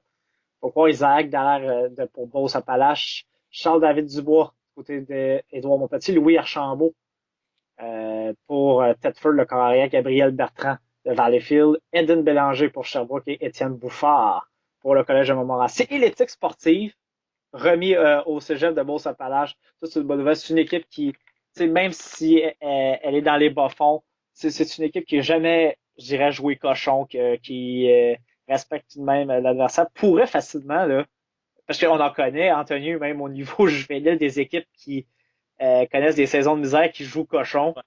Non, mais c'est facilement fait. Donc, je suis content de voir que Beauce-Appalaches n'a pas embarqué dans cette game-là en étant l'équipe. Ouais. Puis, on va pouvoir parler du Cégep de Beauce une fois qu'on va avoir terminé les équipes d'étoiles en Division 3. On va pouvoir parler là, justement du reclassement. Ouais, les reclassements, on a eu des petites nouvelles, On là. va vous en parler On va dans en quelques parler. minutes, William. On va juste terminer avec les équipes On a, d'étoiles en Division 3. ouais, ça va. Du côté de la sud-ouest, donc sur la ligne défensive, les 4 joueurs élus sont Zachary Brisebois, Fabricio Vecchio du Collège Atlantique, William Hoffer du Cégep de Saint-Hyacinthe et Tristan Gauthier Norris des Cavaliers de Saint-Lambert. Du côté des secondaires, les trois qui sont élus, Simon Coutu et Alex-Antoine Maillé de Lanaudière et Xavier Brault de Champlain-Saint-Lambert. Du côté des demi-défensifs, Hubert Pérus-Charret à Hansik, on sait qu'il a eu tout un match éliminatoire, lui, en fin de semaine, contre Lanaudière. Zachary Brassard-Charon et Thomas Emmanuel Raphaël de Saint-Lambert. Donc, beaucoup de joueurs défensifs du côté de Saint-Lambert cette année qui sont élus et également Jesse Bernardi de Lanaudière et Alexis Massé de Saint-Lambert sur le 13e joueur de ligne défensive qui est élu. Le Alexis 13e joueur Massé, par exemple, défensif qui est est à élu, Jérémy Saint-Hyacinthe. Normando. Alexis Massé est à Saint-Hyacinthe. Oui, absolument. Oui, non, on dit, ouais, donc c'est une erreur du site parce que c'est marqué Ouais, non, non, Saint-Lambert. il est à Saint-Hyacinthe, je te confirme. Ah, c'est ça, absolument. C'est ce que je me demandais aussi quand je l'ai lu, donc correction ici. Jérémy Normando, le 13e joueur élu, élu aussi du Cégep de Saint-Hyacinthe sur la ligne défensive. Du côté des joueurs de ligne offensive, Andrew Law de Houndsix sans surprise, lui qui a été le joueur par excellence sur la ligne offensive. Carl-Olivier Bastier de Lanaudière, Joël Boisvert et Joël Boisvert de Saint-Hyacinthe, Cédric Roberge de Saint-Jérôme sont élus sur l'équipe d'étoiles. Est-ce Zachary que je peux Lavergne t'arrêter une seconde, William? du Est-ce que je peux Gan. t'arrêter une Ouais, seconde? Juste un ouais. gros shootout à Joël Boisvert au lauréat de Saint-Hyacinthe qui a fait l'équipe d'étoiles. Ça fait diriger l'année Ouais, qui dernière. est un gars qui revient de loin, qui est un gars qui est undersized, qu'on peut dire qu'un gars qui était undersized, qui a travaillé fort au gym, qui a fait des efforts. C'est un gars que personne voyait jouer football au cégep. C'est un gars qui a travaillé fort, qui a continué à persévérer pour arriver où ce qui est arrivé. C'est mérité, puis c'est pas une nomination de talent, c'est une nomination d'effort. Puis j'espère que ça peut encourager beaucoup de joueurs de ligne offensive qui pensent qu'ils sont underweight ou undersized de pouvoir participer puis de pouvoir contribuer au succès d'une équipe. Tu peux continuer, William. Ouais, c'est un très, très beau message. Également, donc, Zachary Laverne de Shawinigan, un joueur donc, de Shawinigan qui est sur l'équipe d'étoiles. C'est une bonne nouvelle pour eux, quand même. Rockendy Joseph, donc, du côté des receveurs, pardon, Rockendy Joseph, donc, de Hansik, Zachary Coutier de Saint-Lambert, Oumar Touré de Saint-Hyacinthe sans surprise, tout comme son comparateur Tamani David Caboué, sont élus du côté des porteurs de ballon, Ronnie Ismith de Hansik et Adrien Gay de Saint-Hyacinthe, que tu as bien connu, d'ailleurs, est élu sur l'équipe étoile. Du côté des carrières, Philippe Pelletier de Saint-Lambert et Vincent Boyer de Saint-Hyacinthe sont élus. Et du côté des batteurs, donc, Amani David Caboué comme batteur de dégagement, Elias Benadi comme batteur de pression. Tous deux du Cégep de Saint-Hyacinthe sont élus sur l'équipe d'étoiles. Du côté des mérites académiques, Laurent Hamel est le récipiendaire des lauréats, des lauréats de Saint-Hyacinthe. Oui, Mathieu Boisvert du Cégep de Shawinigan, Zachary Brisebois à Antique, Simon Bourgeois à Drummondville, Zachary Leduc-Boudreau à Lanaudière et Jesse Le Grizzly à Saint-Jérôme. Et l'éthique sportive est remis aux Indiens du Collège Antique pour cette saison 2019. Surpris? Oui, un peu, mais écoute, s'ils l'ont gagné, c'est qu'ils l'ont mérité. Alors, équipe d'étoiles maintenant du côté de la Nord-Est. Du côté de la ligne défensive, les quatre joueurs choisis sont Marc-Jean Joassin de Chicoutimi, Marc-Antoine Robert de Jonquière, Hubert Boucher de Rimouski et Ellison Cahouette de Victoriaville. Du côté des secondaires, Antoine Delisle de la Pocatière, William Castonguay de Rimouski, Joël Terrien de Victoriaville. Du côté des demi-défensifs, Marc-André Godin et Félix Rainville des Coureurs de Chicoutimi, Robin Burniard de Jonquière. Deux récipiendaires pour les Vulcains par la suite, Émile Laplante et Frédéric Gagné. Et le 13e joueur défensif qui est élu, c'est le secondaire du cégep de Jonquière, Gabriel Tremblay. Maintenant, si on passe à la ligne offensive, et pardon, Alexis Laurent du cégep de Chicoutimi est élu sur l'équipe d'étoiles. Thibaut Zimmer et Iliam Tamer des Gaillards de Jonquière font partie également de cette équipe d'étoiles. Nathaniel Dumoulin-Duguay de Rimouski et William Bouffard-sur-Côte de Victoriaville. Du côté des receveurs, Benoît Beaulieu de Chicoutimi, Cédric Plourde de Jonquière, Jean-Philippe Naud de Rimouski et Anthony Paulus de Victoriaville. Du côté des demi-offensifs, Yanis Bakanti-Paulin de Chicoutimi, sans surprise Anthony, avec ses 41 portées la fin de semaine dernière. Et Claudie Moussa à l'affût de Jonquière également sont élus. Et du côté des carrières, Mathieu Forget de Victoriaville et Frédéric Clemens de Jonquière sont les joueurs choisis. 13e joueur également sur la ligne offensive, Henri Thériault de la Pocatière est choisi. Donc un joueur de la Pocatière en offensive. Et du côté des batteurs, Benjamin Villeran de Victoriaville est choisi. Du côté des mérites académiques maintenant, Marc-Antoine Jean obtient la palme pour le cégep de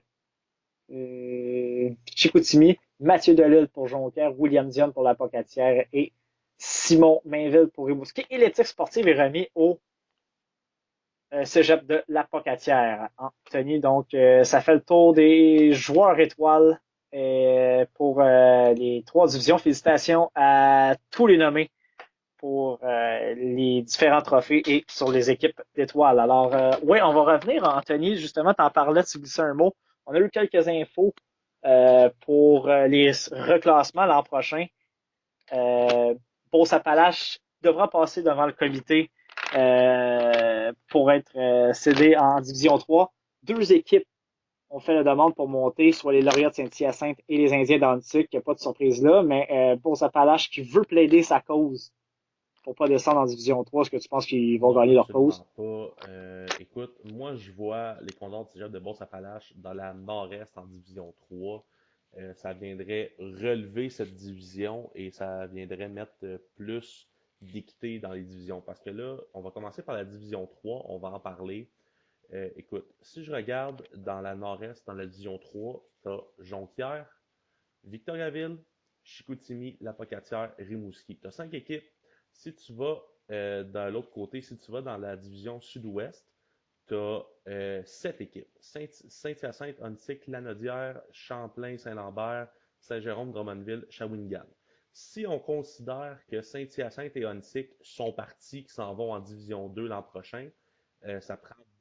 Tu es rendu à 5 Ben équipes. écoute, du côté de la division 2, Et tu serais à 6 avec le Beauce qui descend. ouais, mais sauf que reste quand même qu'en Division 2, ils sont capables d'être à 10 équipes. La Division 1 peut être 10 équipes.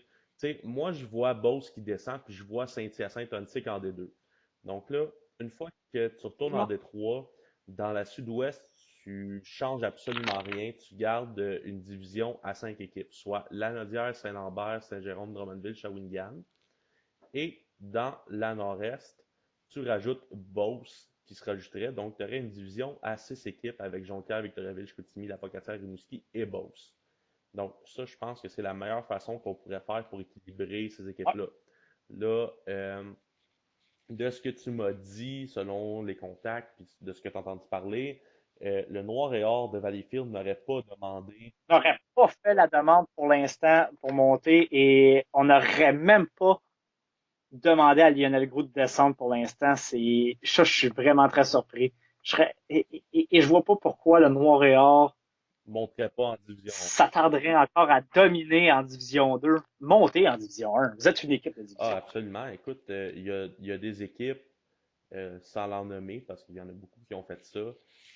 Puis écoute, on vise personne, mais il y a des équipes qui aiment mieux gagner en division 2 ou en division 3 que d'être une équipe de milieu de peloton dans l'autre division supérieure. C'est correct, c'est pour une question de recrutement, de prestige, je peux comprendre, mais le Noir-et-Or a absolument rien à prouver en D2. Tu sais, John Abbott aussi pourrait peut-être demander en D1, mais John Abbott, je peux comprendre que le recrutement, ça peut être plus difficile des fois, donc ça, c'est correct, je peux comprendre. Mais le Noir-et-Or, Avec des équipes en division 1 comme le Vieux, comme Grasset, comme Vanier dans la écoute, même je suis région. convaincu que le Noir-et-Or va donner une plus grosse opposition et aurait gagné un ou deux matchs de plus cette année que Lionel Groux. Puis même là, honnêtement, je pense que Valleyfield cette année aurait gagné En Raphaël ici.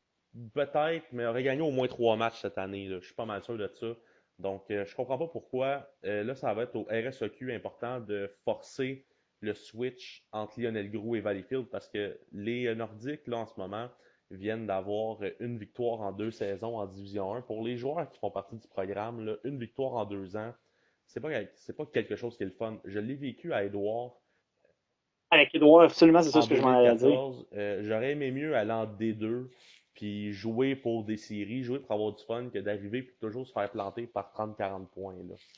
Donc c'est sûr que il y a des facteurs. Ça peut être le système de jeu. Moi, je me souviens à Édouard Montpetit, sous Marc Loranger, on jouait du Winky.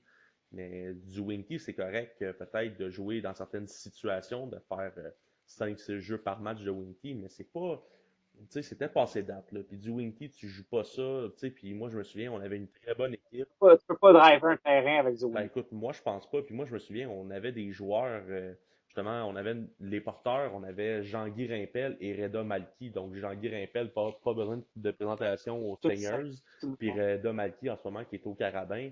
Je m'excuse, là, mais écoute, là, c'est bien beau vouloir porter le ballon. Écoute, on avait des receveurs de passe, Éric Deschambault, Samuel Faneuf. Écoute, notre carrière était Gabriel Archambault, qui a été au Carabin aussi pendant 2-3 ans, qui est encore à l'UDM en médecine, si je me souviens bien. Puis tous les 5 gars de ligne offensive ont tous été joués CIS aussi, ben, dans le U-Sports. Puis on était tous d'accord qu'on jouait juste le mauvais système de jeu parce que ça ne fitait pas avec le style de joueur qu'on était, mais ça, c'est pas grave. Puis, mais dans ce cas-là, le noir et or est dominant. Le noir et or, quand ils sont passés de D3 à D2, on gagnait déjà. Il n'y avait pas rien, il n'y avait aucune compétition, si on veut. Là, ils font une saison parfaite. Puis, écoute, à moins d'un revirement de situation en fin de semaine contre Édouard, devrait aller au bol d'or. Donc, écoute, je sais pas. Faut que le RSEQ mette leur culotte puis qu'on fasse le switch, là. Ouais, absolument. Et là, je peux, juste pour préciser, on est au stade là, préliminaire de tout ça. Là. Il n'y a rien de confirmé. C'est ce que les infos que j'ai, les infos que j'ai lues également. Ce serait ça pour l'instant, mais à chaque épisode, on va pouvoir développer là-dessus pour en parler. On va faire une courte pause, Anthony. On va revenir avec des résultats donc dans le Blitz avec il y a eu un très bon match de senior en fin de semaine. D'ailleurs, là, c'était la finale de la LFS 12. Tu vas nous parler de la finale du junior. Il y a également la finale de la Coupe Dunsmore qui s'en vient en fin de semaine et des demi-finales également au niveau juvénile. Alors, on s'en reparle après la pause.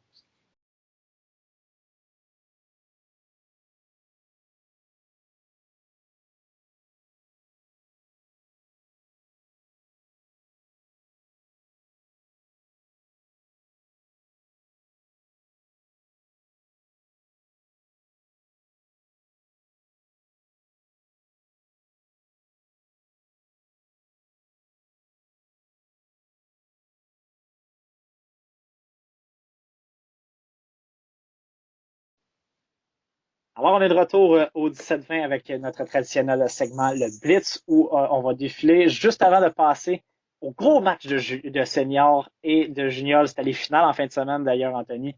On va y aller avec les résultats des quarts de finale dans la division 1, dans la haut juvénile, d'ailleurs, donc division 1. Le séminaire Saint-François recevait Antoine Labelle, victoire facile du SSF 35-10. Le Collège Charlemagne a défait Collège Jean-Eudes 24-0. Et le Collège Notre-Dame est allé chercher une immense victoire facile 42-7 contre le Triolet. Une très grosse surprise, honnêtement, au niveau du score. Donc, ça fait que Saint-Jean-Eudes, qui avait la semaine de congé, va recevoir dimanche 13h le Collège de Notre-Dame chez eux. Et Charlemagne sera en visite à SSF samedi à William, est-ce 13h30. que tu Donc, reçois en entrevue le chat noir qui s'est promené sur le terrain entre les Giants et les Cowboys? présentement, j'ai un chat roux, mais écoute, le chat noir, le chat noir a eu presque autant de verges que Ezekiel Elliott dans ce match-là. Ouais, mais les Cowboys ont quand même réussi à gagner ce match. Les Cowboys, une équipe que tu Les apprécies maudits beaucoup, Cowboys. je pense.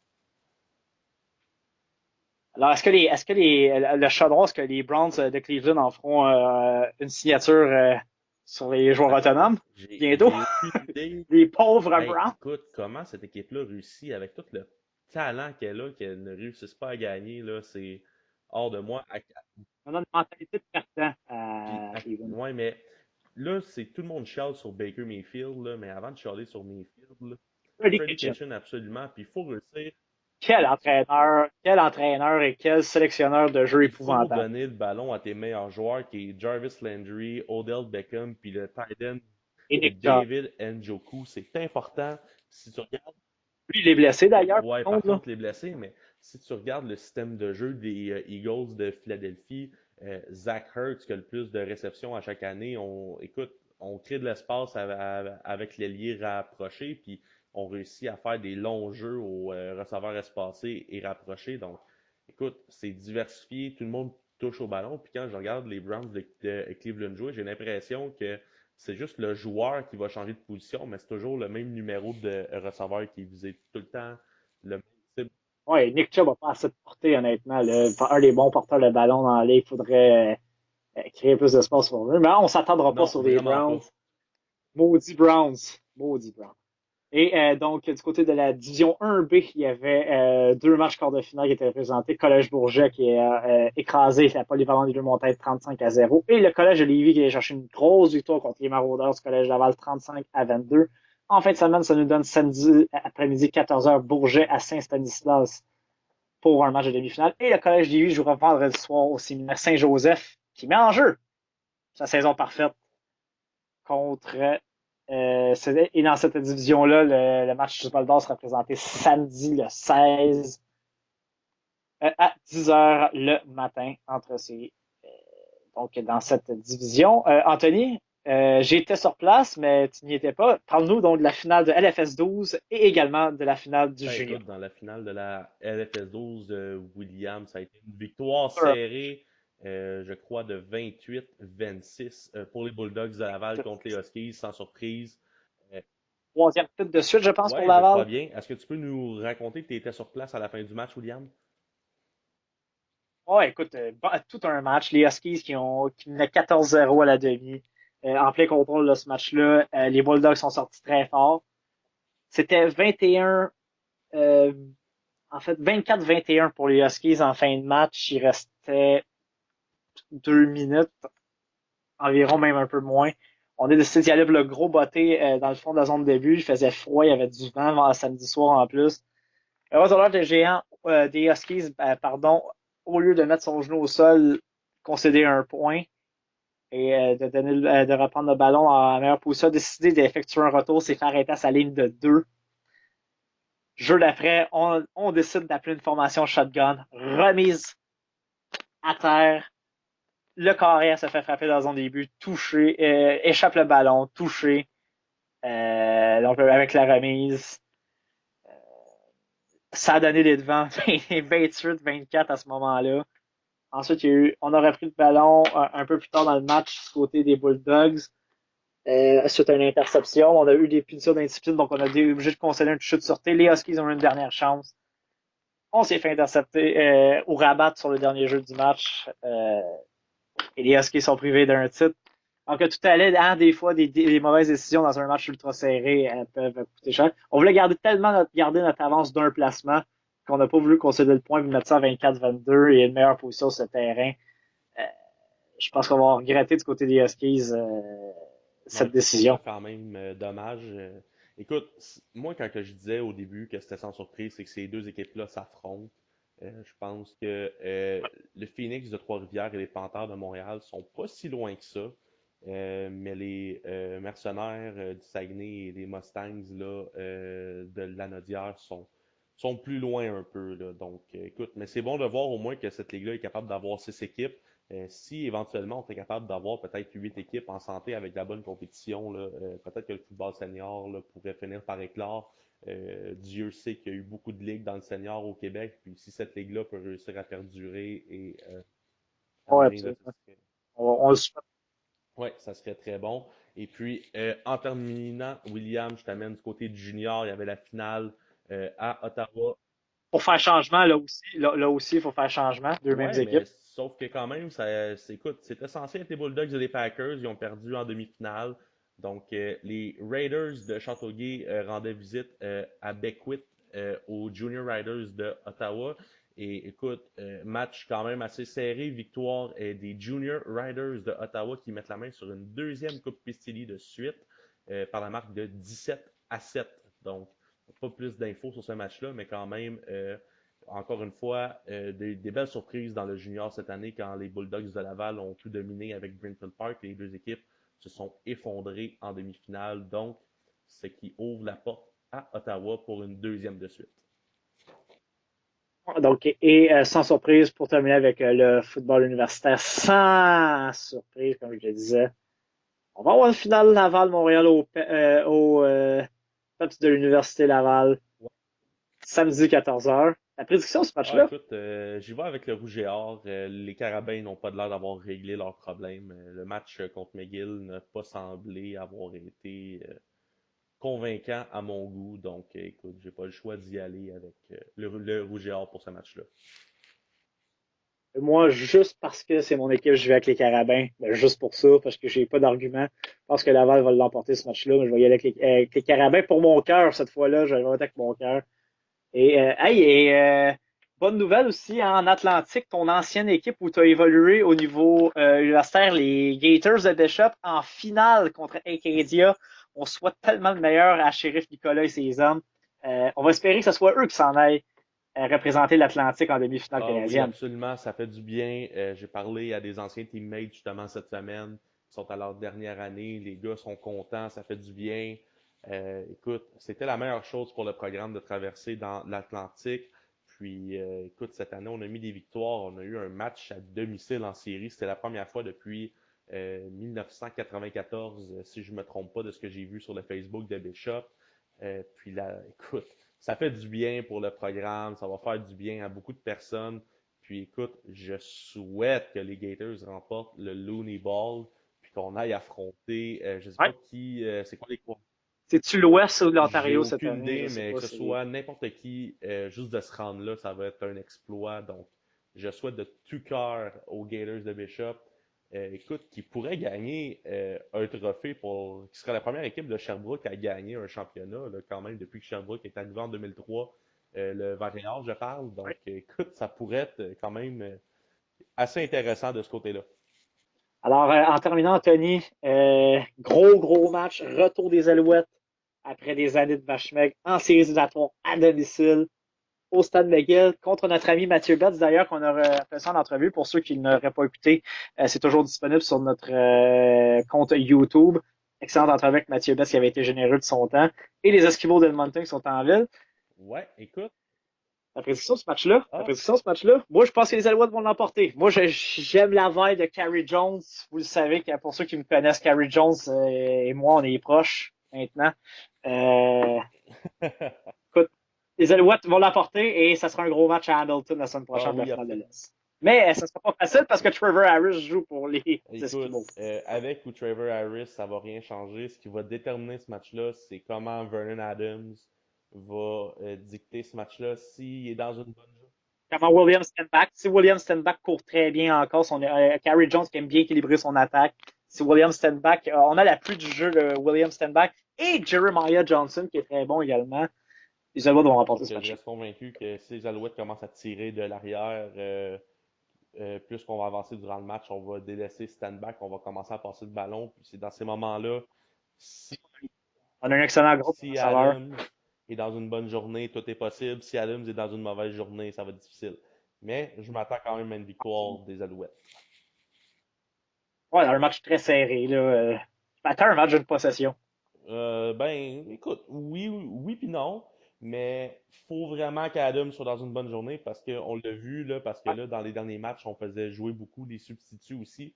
Mais quand Adams est dans une mauvaise journée ou une mauvaise séquence, ça peut être vraiment pénible très longtemps, mais quand même, ça fait du bien d'avoir un carrière avec une attitude, un caractère comme lui. C'est rafraîchissant un peu que d'avoir les autres carrières qui arrivaient devant le micro puis qui avait de l'air fade, pas de passion. Lui, tu vois que c'est un gars qui est là pour les bonnes raisons, mais justement, un gars comme ça qui est émotif, qui est compulsif, on a besoin d'un gars qui est concentré et qui joue sa game parce que sinon, ça peut être long. Mais on a toute l'équipe, hein. C'est une belle vibe, l'équipe. On voit vraiment qu'ils sont sous serrés. Et ça, c'est Carrie Jones et son groupe Ah, d'entraîneurs. vraiment, ils ont été Je gagner sais le qu'en respect. défensive, on a eu, ouais, et beaucoup en défensive avaient critiqué le choix de Bob Slowick comme coordinateur défensif parce qu'il arrivait de la NFL, mais il a fait un excellent travail. C'est très, très bien adapté à la Ligue canadienne. Je pense que c'est toi qui mentionnais que Bob, à chaque jour, arrivait dans les meetings et demandait aux joueurs canadiens, hey, comment on peut s'améliorer, qu'est-ce que tu devrais jouer contre ça et tout. Alors, on voit vraiment qu'il est venu apprendre. Et je suis vraiment content de voir les Alouettes comme ça. Et d'ailleurs, Anthony, pour terminer, parle-nous du concours qui est encore Toujours en en vigueur. vigueur. Écoute, notre page Facebook, on a dit, au début, on était à 1000 likes. On faisait tirer un chandail des Alouettes 2019, une casquette avec un porte-clés toujours game. On est à 280 si je me trompe pas. On a décidé de baisser à 500. À 500 likes, on fait tirer la casquette, le chandail, le porte-clés. Mais écoutez, ça prend les 500 likes, sinon on ne le fait pas tirer. Partagez, partagez le concours, invitez vos amis à aimer la page, puis écoutez notre podcast. On a du progrès à chaque Ouais, semaine. c'est important. Puis à 500 likes, ça va me faire plaisir de faire le tirage comme on a donné les billets pour le match au mois de septembre, si je me souviens bien, le 21 septembre. Donc, on a fait gagner Christophe Laplante. Donc, c'est important. Donc, partagez, sharez. Puis là-dessus, William, je te souhaite une bonne fin de semaine. J'espère qu'on n'aura pas trop de crise cardiaque avec les résultats en fin de semaine. Puis, Non, ça promet d'être encore du bon football à travers le Québec et même à travers le Canada avec les demi-finales canadiennes ouais. universitaires. Les Donc, finales on vous souhaite à canadiennes. tous une bonne semaine et on se reparle la semaine prochaine. Merci, William.